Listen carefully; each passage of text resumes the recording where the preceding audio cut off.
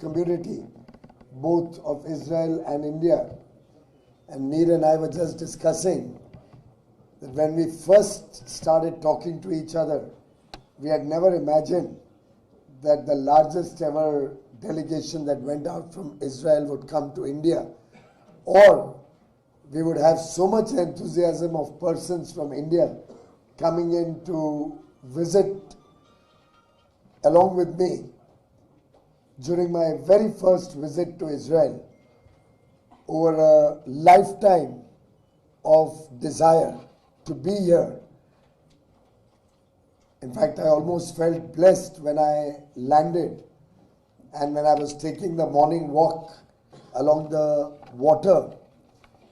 I couldn't believe I'm here.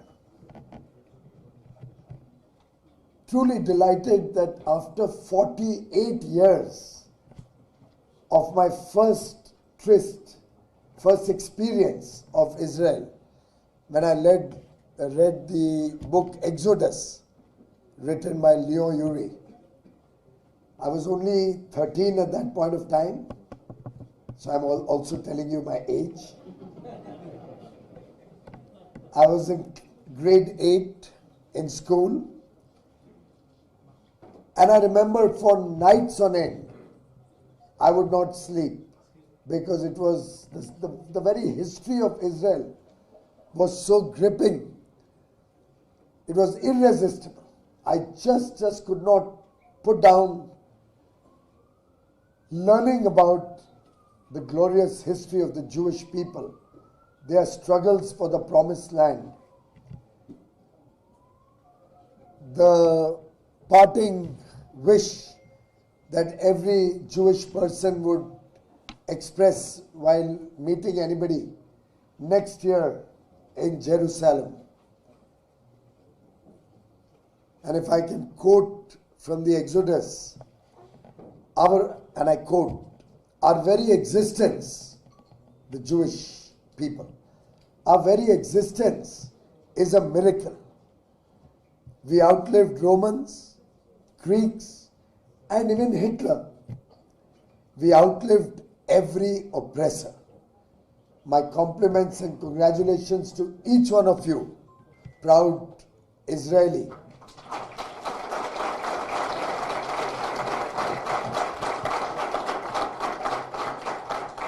And a very good morning, Boker Tov, to all the assembled friends in the room. Shalom. And I come with the greetings and best wishes of 1.4 billion Indians.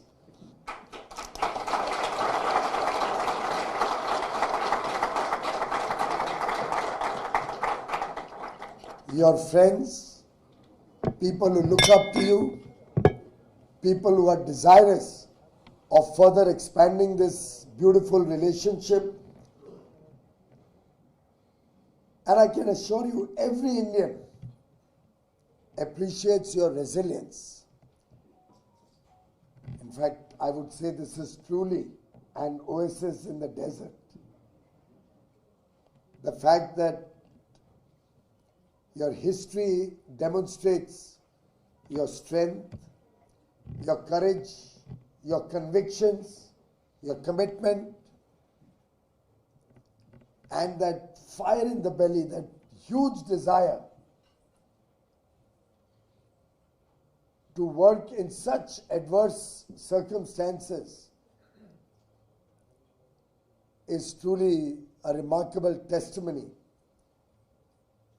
to your achievements, to your capabilities, and to your future. When I read Exodus, I made up my mind I must visit Israel. I don't know what was holding me back, but over the years, somehow you went around the whole world. You never landed up in Israel. And therefore, for me, it's truly a blessed moment that my good friend Neer has brought me here. And I don't think if it was not for his perseverance, if it was not for his regular commitment to this relationship, the regular phone calls we had the unhappiness that he would also share with me that I'm not reciprocating his lovely visit to India, that finally I was able to come here. I shall forever be indebted to you, my brother.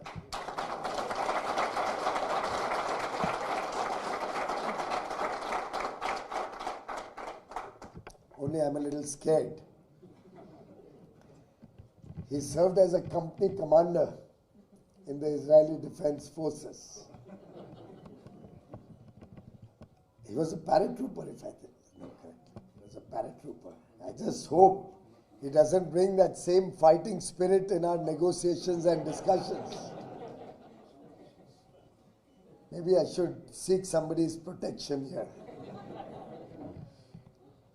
But friends, India too, in our own way, have converted every crisis into an opportunity. And we've had a fair share of adverse neighbors. We've had a fair share of adversities and hostility around our borders and within our country. We've faced terrorism. We've faced the Maoist, the communist thinking which has held back development in our country. But every time we had a problem, I remember when we first had our nuclear tests at Pokhran, we were sanctioned by the world. But India showed resilience. Our growth post the sanctions was even higher than normal. In the year 1999, the world, or over that 97-99 period, the developed world was very worried about the Y2K bug. I think the more senior people in the room may remember it. The youngsters wouldn't know what the Y2K bug was. But at that point of time, the developed world thought that when the change from 1999 to 2000, the millennia changes, all technology systems will collapse. There's something like asterisks and obliques, the worry that the sky is going to fall on your head. And that gave our IT industry another opportunity to give solutions to the world to address the possible collapse of technology solutions. Nothing happened on 1st January 2000, except that the information technology, the IT industry in India took wings and never looked back since then, and has been at the forefront of providing technology solutions to countries around the world. In 2007-8, we had the global financial crisis. India grew at its highest, fastest ever rate in the years after the global financial crisis. When COVID hit the world, everybody wrote off India.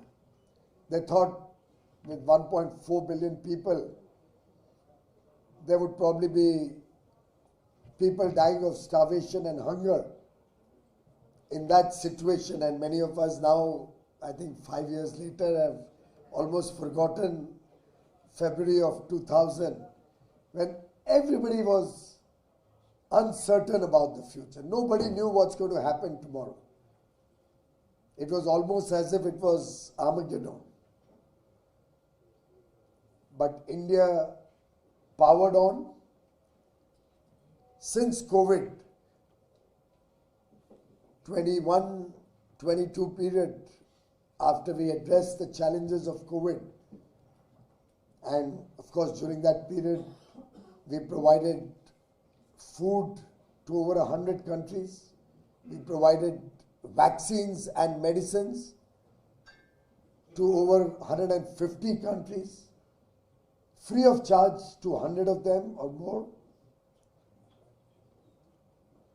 We administered 2.5 billion COVID vaccines made in India and made at a cost of only $1.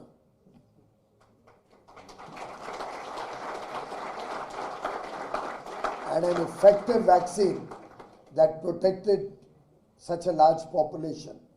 $2.5 billion vaccines were administered free of charge to every adult. And post-COVID, we continue for 4 years to be the fastest growing large economy on Mother Earth.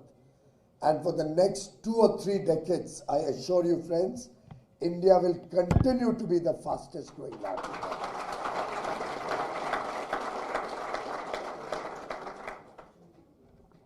In fact, even the current year, given the volatility and the uncertainty that one sees around the world,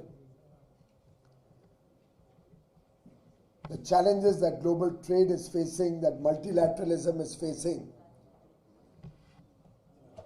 many estimates of growth came out.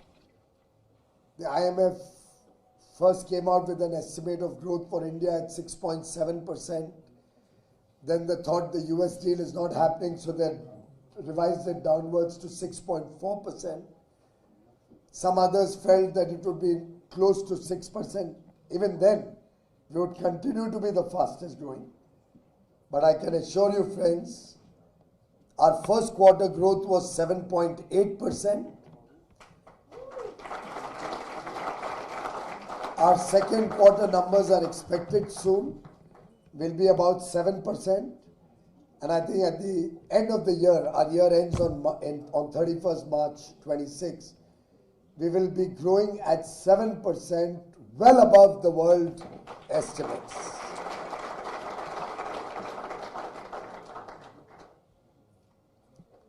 We've also just seen a ratings upgrade after 18 years, even though we in India believe that even after the upgrade, we are highly underrated for the performance, for the strong macroeconomic fundamentals, for this fast pace of growth, for the very controlled inflation. Our last decade inflation has been the lowest India has seen since independence.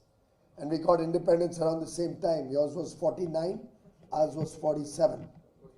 48 and 47. So we, in some sense, we are brothers in that respect too. Last month inflation was about 0.3%, if I remember correctly, 0.3%. And this year we'll have an average inflation of anywhere between 3–3.5%. Our growth is high, our inflation is low, our forex reserves are at an all-time high of about $700 billion. Our banking system is strong with very low non-performing assets. I think the net non-performing loans of the entire banking system is less than 0.5%. A very robust and focused investment in infrastructure, consistently above $130 billion every year, so that we can provide infrastructure for the future to sustain this growth momentum. We are uniting the country through several means. We have one grid, electricity grid through the whole nation, not regional grids like many other parts of the world have. We have one goods and services tax, the indirect tax, across the country. We already had direct tax as only one. Many countries have different rates of tax, even within a country.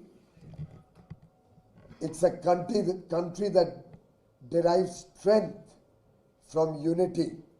It's a country that's very proud of its own history, its own heritage, its own traditions, its own culture, and its own struggles, having been under foreign rule for many centuries. First the Mughals, then the British, and today the Prime Minister, Mr. Narendra Modi, is focused on shedding the colonial mindset that we had inherited through years and years of foreign rule, is bringing the nation together with a sense of duty and with the courage of conviction to be a developed nation by 2047 when we celebrate 100 years of our independence.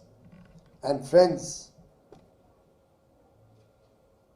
as the Honorable Prime Minister Mr. Modi had said, and I'd like to quote, relationship between India and Israel is one of traditions, culture, trust and friendship, unquote. And that is what I bring along with my colleagues, my delegation, when I come to Tel Aviv, when I go to Jerusalem tomorrow, when I experience this beautiful country, the beautiful people, the lovely bonhomie between the people of Israel and India, the trust, the relationship, the friendship, it truly excites me to see a bright future ahead of us.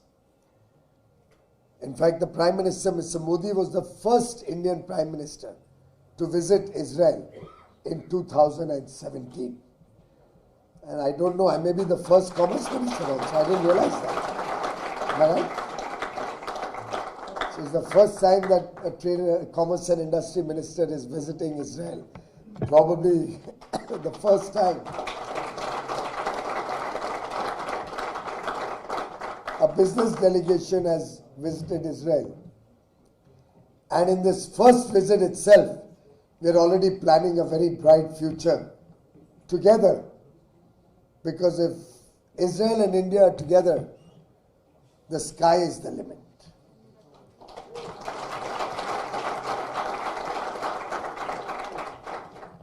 In fact, Prime Minister Benjamin Netanyahu had articulated this, and if I may quote, even the sky is not the limit in cooperation between India and Israel.